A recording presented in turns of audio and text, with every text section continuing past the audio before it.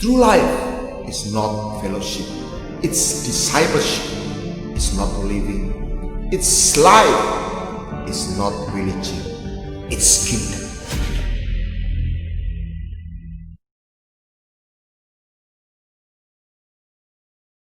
Salam kehidupan, sahabat kehidupan, kembali kita bertemu dalam Sunday's Message dari Voice of Life Ministry. Dalam kesempatan ini saya ingin membagikan bagaimana kita memiliki endurance, ketekunan dan ketahanan melewati masa-masa yang sukar. Yang dibutuhkan oleh orang-orang benar adalah ketekunan setelah kita melakukan kehendak Tuhan di dalam hidup kita. Tapi sebelumnya mari kita berdoa. Bapa yang baik, kami datang kepadamu dan kiranya Engkau sendiri yang membimbing kami. Kami butuh hatimu boleh terimpartasi dalam hati kami. Kekuatanmu, ketabahanmu ketika Engkau melewati semua pencobaan dan ujian. Dan juga iman percayamu. Kiranya Engkau sendiri yang mengimpartasikan dalam roh hati kami. Sehingga kami mampu melewati masa yang sukar dengan mata yang memandang kepadamu. Engkau sendiri memberkati setiap sahabat kehidupan yang mengikuti siaran ini. Kiranya Engkau sendiri menumpangkan tangan-Mu atas mereka. Kuatkan hati mereka di dalam nama Tuhan Yesus Kristus. Kami berdoa. Amin. Kita lihat di dalam Kejadian pasal yang ke-40 kalau tidak salah. Ya. Sebuah cerita tentang Yusuf. Yusuf adalah orang yang melewati, orang yang diangkat Tuhan. Tetapi dia melewati masa yang sukar sebelum dia menjadi raja. Dan dia mendapat mimpi yang indah. Kalau hari ini dapat nubuatan yang luar biasa. Tetapi dalam proses atau realitanya, justru dia mengalami sebuah malapetaka. Dia mengalami sebuah tragedi. Bagaimana dia seorang anak orang yang berkecukupan. Tiba-tiba dia dianiaya oleh saudaranya sendiri, dijual sebagai budak di sebuah negeri yang asing. Dan Yusuf melewati ujian pertama. Dan dia tidak bersungut-sungut. Dia sungguh bekerja dengan sungguh-sungguh. Dia mengalami sedikit hidup yang lumayan enak. Dipercaya di rumah Potifar. Pencobaan datang kembali. Dihadapkan sebuah godaan yang berasal dari istri dari Potifar itu sendiri. Dan dia memilih untuk berbuat benar. Dia menolak godaan itu. Ternyata akibatnya bukan dia dipuji. Dia justru difitnah, dimasukkan bukan penjara tahanan. Dungeon. Penjara bawah tanah di mana tidak ada kepastian. Apakah kapan dia disidang, kapan dia diselidiki, apalagi dia seorang budak. Tidak ada keadilan buat seorang budak. Tidak ada harapan. Tetapi tertulis Yusuf dipercaya oleh pemimpin penjara, sipir penjara. Saya percaya kalau dia itu bersungut-sungut, auranya negatif. Tidak mungkin Potifar itu mempercayakan pekerjaannya. Apa artinya? Dia dipercaya, dia dibuat berhasil. Apa elemen atau apa yang menyebabkan? Kira-kira profil seperti apa Yusuf? Kata antusias itu berasal dari kata entheos. Jadi orang yang di dalam Tuhan, dia bukan orang yang patah semangat. Melainkan orang yang berantusias. Dia melakukan pekerjaan dengan penuh ucapan syukur. Dan bukan hanya ucapan syukur. Rasa syukur inilah yang mengundang. Atau dengan katanya Tuhan memiliki pijakan untuk hadir dan menyertai anaknya yang namanya Yusuf. Tetapi cerita itu tidak selalu menyenangkan. Saya bisa berkata, Alkitab itu sangat jujur sebenarnya. Yusuf masuk penjara. Di penjara rupanya dia tetap di dalam iman yang positif. Sehingga dia dipercaya. Dia dapat jalan melalui itu. Ketemu juru minum dan juru roti. Dan dia sanggup menafsirkan mimpi. Memang karunianya menafsirkan mimpi. Dan waktu berjalan, juru rotinya dihukum mati, juru minumnya dibebaskan, dikembalikan pada kedudukannya. Tetapi apa yang terjadi? Dia waktu nolong atau menyingkapkan mimpinya juru minum, kamu bakal dipromosi nanti. Wah, kamu nanti kalau sudah dipromosi, jangan lupa aku ya. Tolong, ingat aku. Tetapi Kejadian 40, kita lihat ayat yang 23. Sebentar. Ayat yang ke-23. Tetapi Yusuf tidaklah diingat oleh kepala juru minuman itu, melainkan dilupakannya. Kita melihat Yusuf sudah bertahan, Yusuf sudah beriman, Yusuf sudah melakukan bagiannya. Tetapi kelihatannya pintu belum dibuka. Itulah yang saya katakan, disitulah kita harus belajar bagaimana kita punya stamina rohani. Dan Tuhan memakai mimpinya Firaun. Mimpi lawan mimpi. Dan tidak ada seorang pun bisa menafsirkan mimpi itu. Memaksa, tanda petik, juru minuman itu ingat balik kepada Yusuf. Inilah cara Tuhan. Bukan karena juru minuman itu setia. Tetapi keadaan membawa juru minuman itu membutuhkan Yusuf. Sahabat kehidupan, ada satu kekuatan yang mengatur di dalam lewat keadaan demi keadaan. Yang membawa Yusuf ketika tidak diberi kesempatan, tidak diberi jalan. Seperti Daud, tidak diberi jalan oleh Isai ayahnya sendiri. Tetapi Samuel jeli, ini semua anakmu gak ada yang kepilih, yang kau tunjukkan. Tetapi Tuhan bicara salah satu anakmu. Emangnya anakmu hanya yang ini aja? Di situ Isai ayah Daud dipaksa, tanda petik, untuk ingat kembali kepada Daud. Jalan itu seolah-olah sudah tertutup, dibuka oleh Tuhan pada waktunya. Alkitab menyingkapkan yang pertama. Ketika kita melewati sebuah masa yang sukar, Tuhan ajak kita untuk kita menanti-nantikan. Yesaya pasal 40. Orang yang menanti-nantikan Tuhan.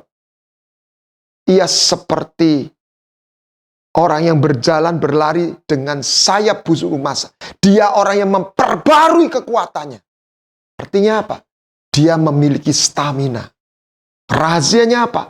Dia menanti-nantikan Tuhan. Wait upon the Lord. Hari ini kita nggak cukup hanya beriman dalam waktu yang pendek. Kita harus memiliki iman yang memiliki endurance. Iman yang memiliki stamina. Punya ketahanan. Apa yang membuat iman kita terisi terus? Adalah ketika kita menanti-nantikan Tuhan. Dan kita mempercayai kasih setianya di dalam kehidupan ini. Hari ini ada bidang-bidang bisnis yang tidak mudah, bahkan terpuruk.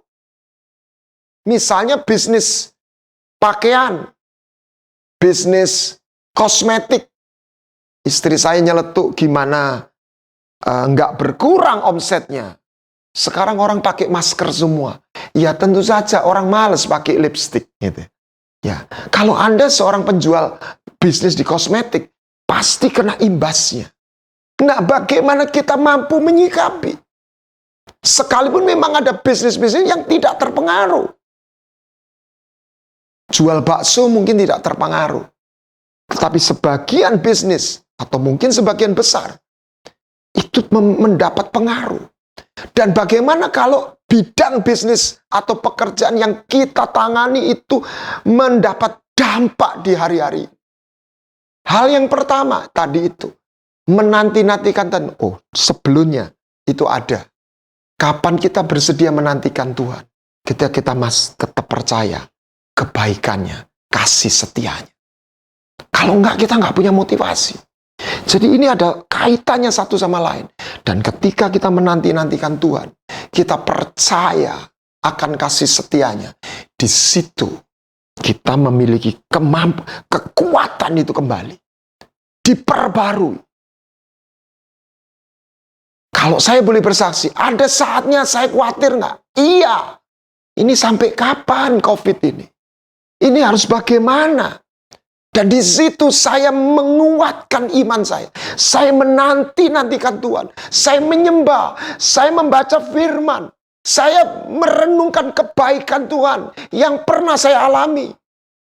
Pujilah Tuhan, hai jiwaku, jangan lupakan kebaikannya. Saya minta hati anak yang mempercayai kebaikan ayahnya. Di situ saya memperbarui kekuatan saya. Saya kembali kuat. Saya harus kuat. Karena saya memimpin keluarga. Karena saya memimpin, menggembalakan, memuridkan. Kalau saya lemah, saya akan menulari energi yang negatif kepada yang lain. Saya harus kuat bukan untuk saya semata. Tetapi untuk saya menguatkan saudara-saudara saya. Yusuf melewati ujian itu. Pada akhirnya bukan untuk dia sendiri. Sukses yang dia alami, lulusnya dia ujian itu adalah untuk menjadi kebaikan saudara-saudara yang lain. Tetapi dia diuji, sudah berbuat jasa. Ini sudah setia. Yang pertama, dia udah nggak jahati saudaranya. Kedua, dia sudah setia sama tuannya. Dikhianati lagi.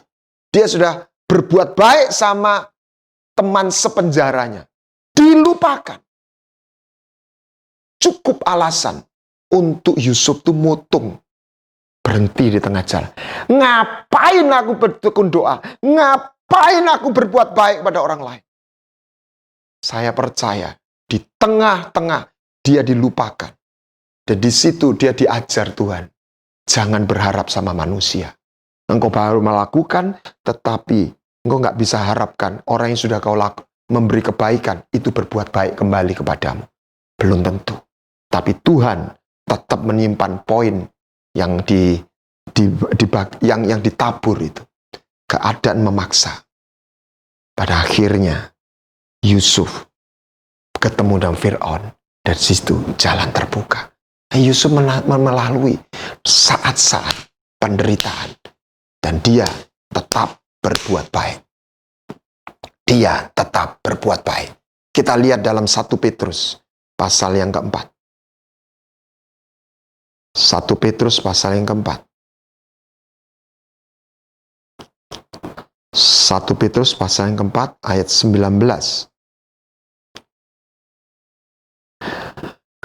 Karena itu baiklah juga mereka yang harus menderita karena kehendak Allah, menyerahkan jiwanya dan dengan selalu berbuat baik kepada pencipta yang setia. Jangan berbuat baik, jangan berhenti berbuat baik di dalam masa penantian. Jangan lari ke Mesir. Jangan minta pertolongan ke Mesir. Jangan minta pertolongan ke Asyur. Banyak raja-raja Israel berbuat kesalahan ketika dalam kesesakan. Dia lari kepada pertolongan manusia atau dunia. Malah menimbulkan sebuah masalah. Bapak orang beriman namanya Abraham. Dia juga mengalami bagaimana umur 75 dia mendapat janji bahwa keturunannya, tapi dia nggak pernah punya anak. Dia menantikan, tetapi godaan datang. Istrinya memberi sebuah ide yang baik sekali. Gimana kalau pembantumu, berudakmu ini dinikahi? Dan dia melihat sebuah ide yang baik. Menolong Tuhan. Akhirnya menikahi Hagar dan lahirlah Ismail. Tapi justru di situ kekacauan itu muncul. Karena dia tidak menanti-nantikan Tuhan. Tetapi iman Abraham masih belum, kalau nilai belum merah, ya kuranglah. Tetapi di situ, waktu dia bertemu dengan Tuhan, menjamu dengan makanan. Di situ, Tuhan menggenapi janjinya. Tahun depan, engkau akan punya anak. Dan lahirlah Ishak. Abraham juga melewati masa penantian yang seolah-olah semuanya sudah nggak ada harapan. Ditunggu dari dia masih subur sampai dia sudah mati pucuk. Ditunggu istrinya dari masih subur sampai menopause. Habis harapan dia. Tapi ternyata Alkitab mengajarkan, bahkan ketika itu habis harapannya. Ketika Yusuf merasa habis harapannya. Orang yang tak jaga, nitip saya. Dan saya sudah buktikan dia memang lepas dari penjara. Mestinya ingat sama saya. Nyata lupa. Nah, mari kita hari ini, ketika janji itu belum datang, belum tiba. Bahkan ekstrimnya, bahkan ketika janji itu nggak datang. Ada ayatnya, Alkitab itu terlalu jujur. Sahabat kehidupan. Tuhan berkata, bahkan mereka karena iman, karena iman. Ibrani pasal 11 ayat 39, dan mereka semua tidak memperoleh apa yang dijanjikan itu, sekalipun iman mereka telah memberikan kepada mereka suatu kesaksian yang baik. Sebab Allah telah menyediakan sesuatu yang lebih baik bagi kita. Tanpa kita, mereka tidak dapat sampai kepada kesempurnaan. Ada orang-orang yang diizinkan Tuhan. Contohnya adalah martir. Martir itu tidak pernah lihat pertolongan secara fisik. Stefanus martir pertama. Dia nggak pernah lihat batu itu berhenti. Batu nyampe ke kepalanya, ke badannya. Sakitnya terasa. Tetapi dia tidak menang. Dia tidak kalah. Di tengah tidak hadirnya pertolongan atau intervensi sorga secara fisik. Tetapi dia mengalami intervensi sorga secara spirit. Dia melihat sorga terbuka. Dia melihat Yesus menyambut dia. Akan hadirat Tuhan. Dia merasakan kasih Tuhan. Beda dengan Sadrak, Mesak, Abednego. Mereka mengalami intervensi sorga secara fisik.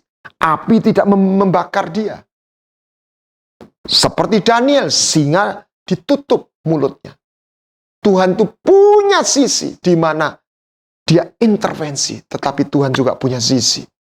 Ada orang-orang yang tidak mengalami intervensi secara fisik, tetapi dia diberi kekuatan. Dia diberi hati yang berbeda. Sehingga Stefanus tidak mati kecewa. Stefanus mati sahid dengan roh, perasaan hati yang meluap-luap. Itulah namanya menang. Tentu saja kita tidak ingin jadi yang mengalami yang Stefanus. Termasuk saya ingin yang jadi seperti Yusuf. Seperti Daniel, seperti Sadrak, Mesak, Abednego. Yang saya maksud, kita tidak tahu. Yang saya maksud adalah kita menyiapkan hati kita. Kita minta satu hati yang membuat kita bertekun. Dan selebihnya biarlah Tuhan. Tetapi saya percaya, bagaimana orang-orang yang memiliki perjanjian, dia akan mengalami sebuah intervensi sorga di dalam hidupnya. Sahabat kehidupan, iman, harap, dan kasih. Yang terbesar adalah kasih. Kenapa? Ketika iman bahwa itu terjadi, sudah habis. Kita masih ada harap. Atau belum habis, belum terjadi. Kita punya tiang namanya harap. Tapi ketika Sarah menopause dan Abraham mati pucuk, artinya hari ini dia sudah impoten dengan usianya. Maka harap pun habis. Tapi di tengah ketika harap dan iman tidak ada, saya melihat kekuatan kasih itu mampu menopang dan membangkitkan kembali iman dan harap yang sudah mati, yang sudah habis harap ini, kembali hidup karena kekuatan kasih. Musa ketika vonis itu tiba, engkau nggak akan masuk tanah perjanjian. Musa tidak kecewa. Musa tidak ngomel. Musa tidak komplain. Musa tidak menyerah, tidak menyalahkan Tuhan. Saya percaya begini, ada satu titik Tuhan itu bingung, tanda petik tentunya. Tuhan tuh nggak kehabisan, apa ya, istilahnya saya sering buat Tuhan itu kalah gitu ya.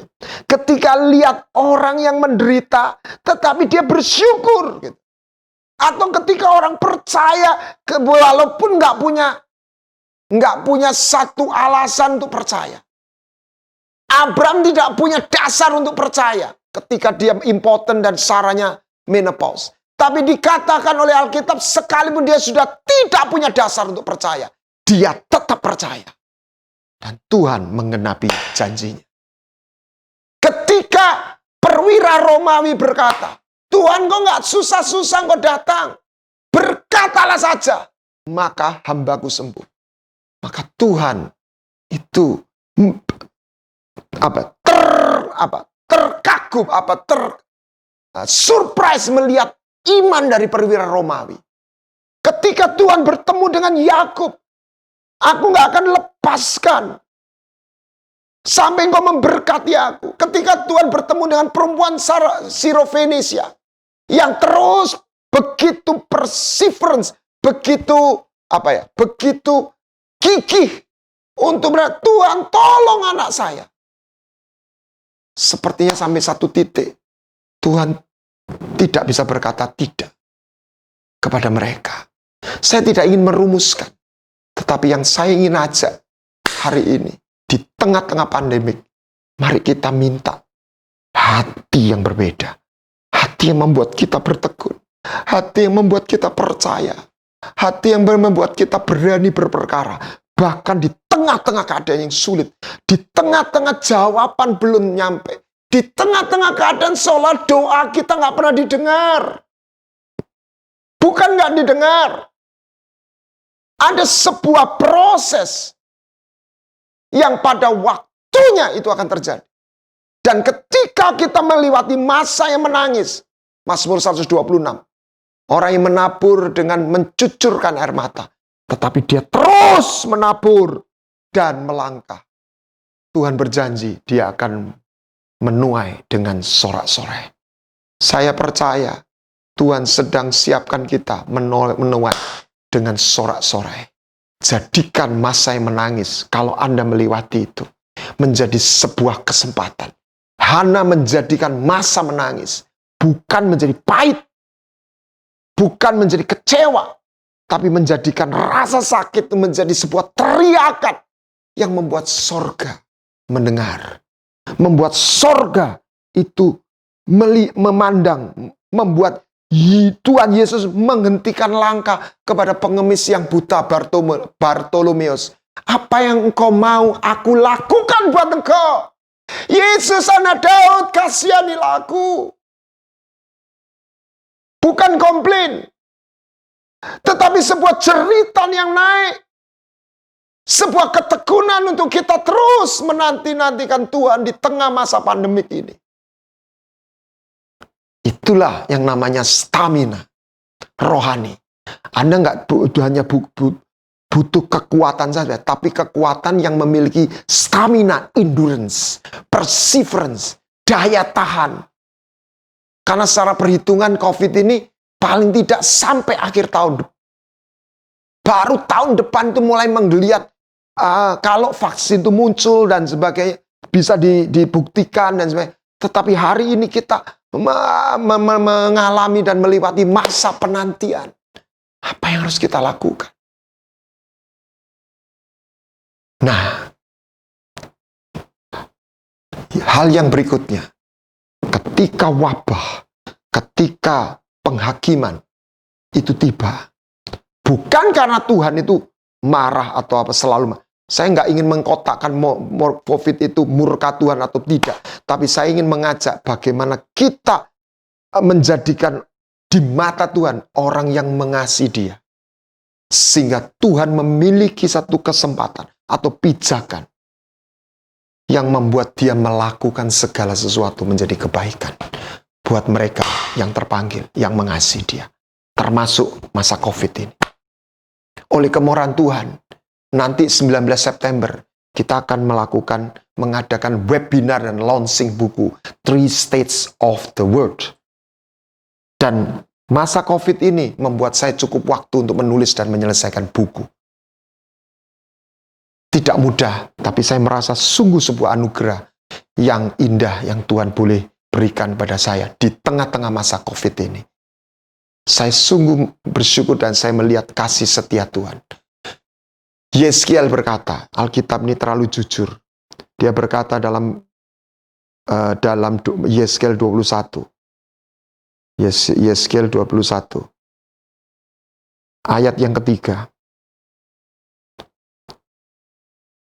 Katakanlah kepada tanah Israel, beginilah firman Tuhan. Lihat, aku akan menjadi lawanmu dan akan mencabut pedangku dari sarungnya dan melenyapkan dari tengah-tengahmu orang benar dan orang fasik. Orang benar itu sadik. Sadik itu orang bijaksana. Jadi Alkitab itu terlalu jujur, sahabat kehidupan. Ketika wabah penghakim, itu orang benar pun lewat. Orang fasik lewat, pasti. Orang benar sadik dalam satu level. Lot, orang yang sengsara melihat dosa. Tapi Lot selamat, Pak. Betul, karena doanya Abraham. Tanpa doanya Abraham, Lot lewat. Lot lewat. Ada satu doa, seorang yang memiliki perjanjian. Kita lihat di dalam Yeskiel, siapa yang diluputkan? Adalah orang yang memiliki tanda T. Ada seorang hamba Tuhan, saya sungguh sampai menangis terharu. Beliau dinyatakan dikena COVID. Umurnya sudah 85. Masuk rumah sakit. Di ring 4. Diabetes. Pacemaker. Pemicu jantung. Tekanan darah tinggi. Usia 85. Saya pikir nggak ada pasien dengan kondisi itu selamat. Pulang dari rumah sakit, sembuh dan hidup. Tetapi hamba Tuhan ini, anak Tuhan ini, pulih sembuh. Dan mereka bersaksi, Tuhan melepaskan kami dari cengkeraman maut, tangan maut COVID itu. Saya sungguh berdoa, Tuhan, ini akan menjadi satu kesaksian. Saya nggak menghakimi mereka yang meninggal karena COVID, itu orang benar. Tetapi ada orang-orang yang memiliki tanda T, Tau, covenant, yang membawa intervensi sorga. Di tengah-tengah wabah atau sebuah penghakiman yang melanda seluruh dunia. Dan biarlah yang pertama kita punya hati yang menanti-nantikan Tuhan, yang mempercayai kasih setianya. Dan yang kedua, biarlah kita menjadi orang yang memiliki perjanjian di hadapan Tuhan. Dan Anda dan saya bukan lagi orang biasa.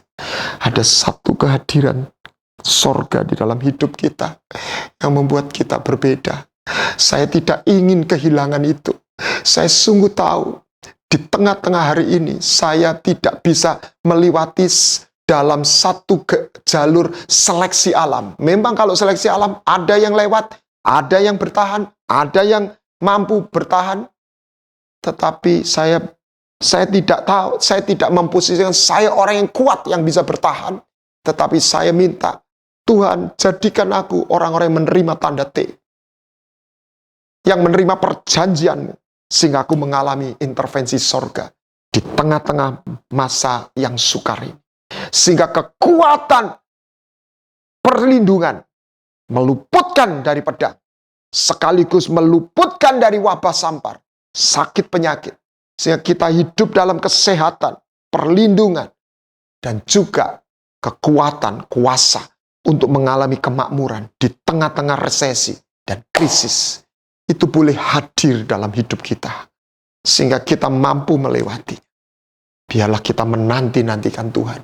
Sebab di situ kita memperbarui kekuatan kita. Dan kita tidak lelah melewati minggu demi minggu, bulan demi bulan. Kita terus berlari. Sekalipun kita menangis, kita tidak pernah berhenti melangkah. Dan kita tidak pernah berhenti menabur. Dan orang-orang seperti itu, dia firman-Nya berkata, dia akan menuai dengan sorak-sorai. Oleh sebab itu, kuatkanlah, teguhkan hatimu, teguhkanlah, pujilah Tuhan hai jiwaku. Jangan lupakan kebaikan. Mari kita melewati masa yang sukar ini dengan kacamata yang berbeda, dengan dimensi firman-Nya, dengan dimensi kesetiaannya menjadi kekuatan bagi kita. Jangan lewati hidup ini sebagai orang biasa. Orang biasa nggak pernah punya tujuan. Orang biasa, dia nggak ngalami intervensi surga. Biarlah kita menjadi orang-orang menerima tanda perjanjian. Dan nama kita dikenal oleh Tuhan. Dan Anda akan melihat kekuatan dan intervensi surga itu membuat kita mampu atau dimampukan melewati masa yang sukar ini. Tuhan memberkati. Mari kita berdoa. Bapa yang baik, kiranya Engkau sendiri yang menyertai kami, menaungi kami, pegang tangan kami, buat hati kami mempercaya kasih setiamu di dalam keadaan yang positif maupun negatif. Dan biarlah kami korban syukur. Dan di situ kami percaya Engkau bukan Tuhan pendusta. Engkau bukan Tuhan yang berkhianat. Engkau Tuhan yang setia. Tidak selama-lamanya Kau biarkan orang benar goyah. Hanya sementara. Dan Kau kembali meneguhkan. Karena namamu ada di dalam orang itu. Dan biarlah namamu dipermuliakan melalui kesaksian hidup yang kami jalani bersamamu. Di dalam nama Tuhan Yesus Kristus kami berdoa. Amin. Tuhan memberkati.